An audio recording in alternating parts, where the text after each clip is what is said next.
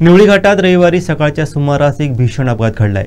चिपळूणहून रत्नागिरीकडे शिक्षक प्रशिक्षणासाठी निघालेल्या खासगी मिनी बसला भरधाव वेगाने आलेल्या सीएनजी गॅस टँकरनं जोरदार धडक दिली। या अपघातात सुमारे 25 ते 26 शिक्षक जखमी झाले आहेत। पाहूयात।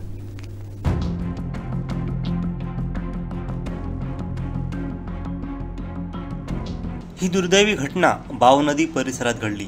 धडकेनंतर मिनी बस थेट सुमारे 20 फूट खोल दरीत कोसळली। अपघाताची तीव्रता इतकी होती की मिनी बसचा अक्षरशः चक्काचूर झाला असून अनेक शिक्षक गंभीर जखमी झाल्याचं प्राथमिक माहितीवरून समजतंय। या धडकेनंतर टँकरमधून गॅसची गळती होऊ लागली, त्यामुळे परिसरात भीतीचं वातावरण निर्माण झालंय। घटनेची माहिती मिळताच पोलीस, अग्निशमन दल, महसूल विभाग आणि रुग्णवाहिका तात्काळ घटनास्थळी दाखल झाले। बचाव कार्य तातडीने सुरू करण्यात आलं असून सर्व जखमींना रत्नागिरी जिल्हा रुग्णालयात हलवण्यात आलं आहे। या दुर्घटनेत टँकर शेजारच्या एका घरावर आणि गुरांच्या गोठ्यावर कोसळला, त्यामुळे गोठा आणि घराचे फायबर पत्रे जळून खाक झाले असून 2 दुभत्या गायी जखमी झाल्या आहेत। घराजवळ उभी असलेली रिक्षाही पूर्णपणे जळून गेली आहे। मात्र मोठा आवाज ऐकून घरातील 7-8 व्यक्तींनी तात्काळ घराबाहेर धाव घेतल्यानं जीवितहानी टळली। अपघातानंतर काही काळ महामार्गावरील वाहतूक बंद करण्यात आली होती। सीएनजी टँकरमधील गळती थांबवण्यात प्रशासनाला यश आलं असून सध्या परिस्थिती नियंत्रणात आहे। अपघाताचं नेमकं कारण अद्याप स्पष्ट झालं नाही।